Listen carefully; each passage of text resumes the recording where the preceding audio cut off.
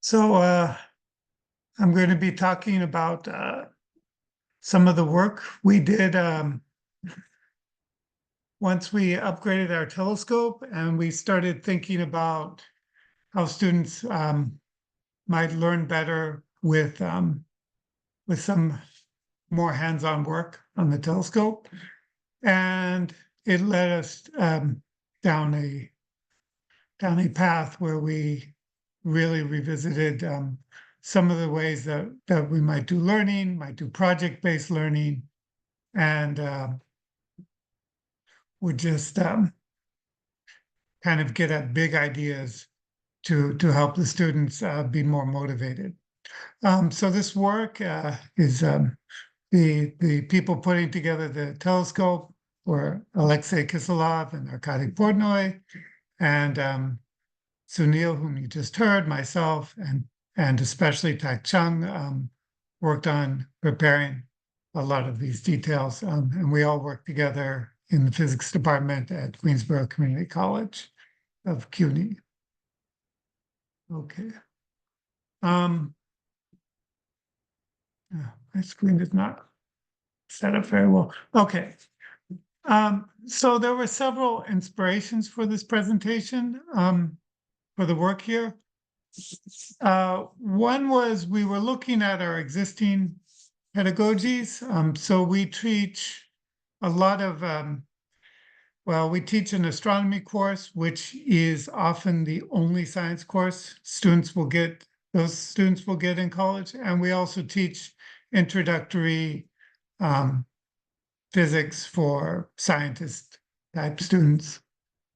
And we acquired this new robotic telescope. So we're thinking, how do we motivate our students? And in addition, there's a lot of available material out on the web.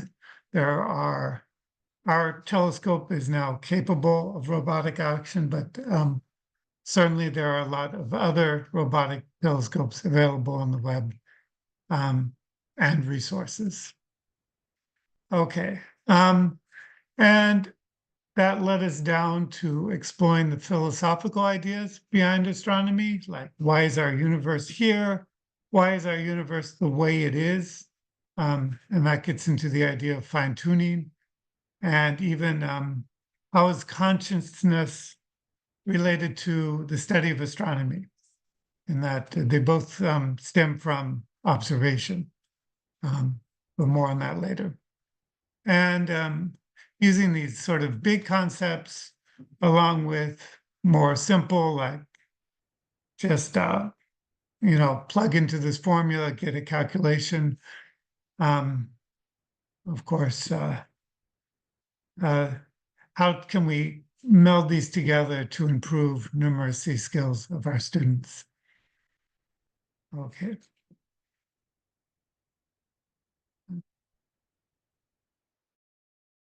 Should define some of these ideas. I have a pretty broad audience. So when I talk about fine-tuning of the universe, this is something that has been for 100 years. Physicists have looked and said, if a few of these parameters were just a little different, they would change the way our universe behaves entirely. Like for the gravitational constant for gravity, if that were just a little difference, it probably wouldn't make that much of a change. But other things like the fine structure constant, which is a combination of how, well, basically the electromagnetic field reacts, these might change things quite a bit, in that they could change our chemistry and even the way that elements would form, whether hydrogen would fuse to form helium and so forth as they do now, or whether we get protons binding to each other, which would completely change all of our elements. And it doesn't take much of a change to, say, disrupt how carbon would work.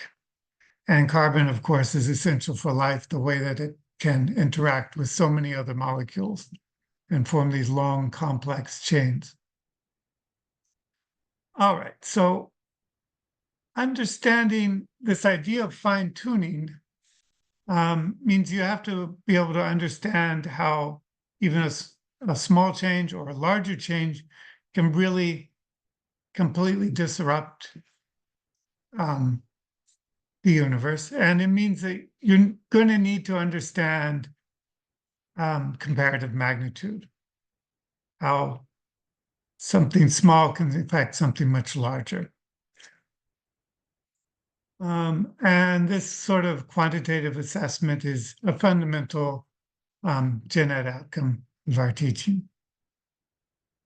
Another concept that doesn't appear related, but actually very much is the concept of robustness. And it seems like just the opposite. Robustness is the idea that, well, the idea or the fact that some observations, some things we measure, seem to vary very little depending on even large changes in a particular model or large changes in what's going on. So a robust system is something where no matter how you model it, you basically get the same answer or very similar answers. And that's often important because sometimes we don't make direct observations. We analyze other data, and then maybe we can't take a picture, but we know what something looks like based on our data. And if your model's a little off, in some cases, it would completely throw off the picture that you get in the end. Well, with a robust observation, even if your model is off, you still come to the same conclusion that the way you're processing your data isn't going to throw off your final conclusions a lot. All right, so we are going to be looking at some of these big ideas with our students and then assessing how it affects what they're able to understand and how they can put the pieces together. All right, so robustness concept could be a better alternative for learning astronomy of the fine-tuning concept. And we need to focus on what we can learn from the question of where the initial conditions for the Big Bang, were they robust enough for life to emerge with a high probability without further inputs? So there are a couple of ways of coming at this very broad question. Okay, so to tie all this together, I'm going to talk about one of our first projects with our students. We have a new telescope, so we started students off and they're doing daytime observations. So the most obvious thing to look at is the sun. And the sun's a pretty nice object right now. It's in the middle of its high point in its solar cycle, and you can see lots of sunspots at the moment. So we had students setting up the telescope, imaging the sun, tracking the sun, and looking at some of these sun images, just looking at the phenomena. And we could do what we call image J analysis. Image J is a freely available program from the National Institute of Health that will allow you to look at any image. And you can profile it, you can get histograms of what the image looks like and start just monitoring it. Okay, and we wanted to, because we do some cosmic ray research, another group, we were cross-referencing those images and the fluctuations in the bright spots and the darker spots of the sun, trying to relate that to cosmic ray monitoring and neutron monitoring based on actually particles and radiation that's coming out as part of the solar wind. Okay, and we get a lot of side hustles here. We can look at the uncertainty of image dating data. We can look at our best resolution. And actually, something that comes to the concept of oh, it's locked up again, to stability is the size of the sun. And for many years, people have looked at the sun, and it turns out that, let me go back. This is, okay, I'm lost. Sorry. But the size of the sun is a very robust measurement, in that if you look at it, even when the sun is having huge magnetic storms and things are going crazy, it turns out that the system is very robust and the sun doesn't expand at all.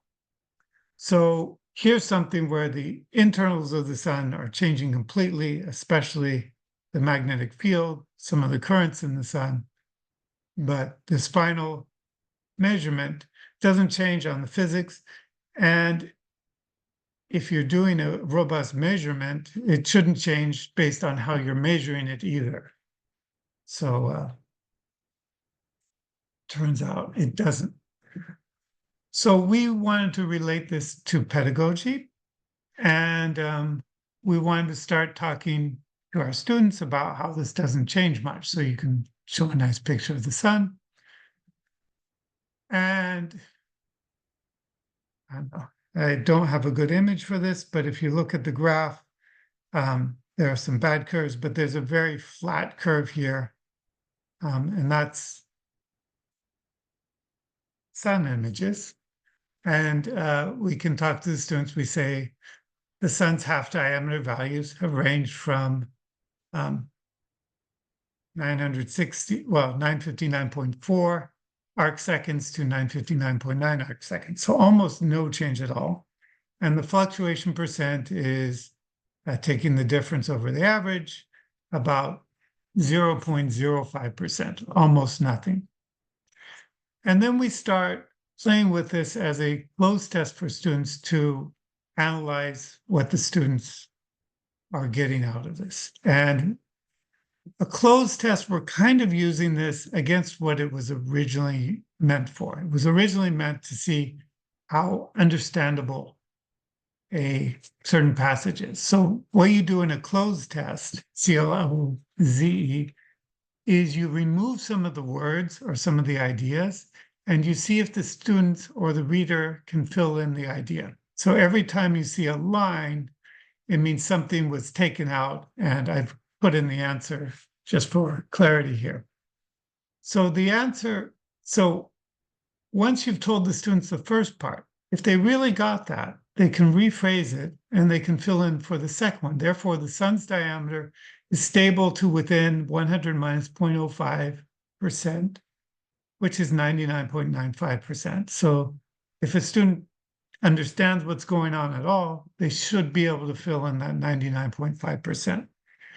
And that's an indication of the interior regulated process to maintain the robustness of the sun's diameter. So here we have robustness in the sun system, even though it changes something about the sun, makes that number stay very constant within a duration of several, and there's a blank here, so several hours in time. That would come from details of the graph. The sun's diameter perhaps is an important parameter as a proxy for the sun's stable energy output within a duration of several hours to support stability of life on blank. And hopefully students would understand from context that we have life on Earth and not many other places. So this is a closed test. And this sort of test has a couple of advantages. One is it allows us to see if our students are, catching along. Am I already up to 15 minutes? You are really close. You've got 27 seconds. All right, I'll skip some ideas. And so here's another example of a closed test.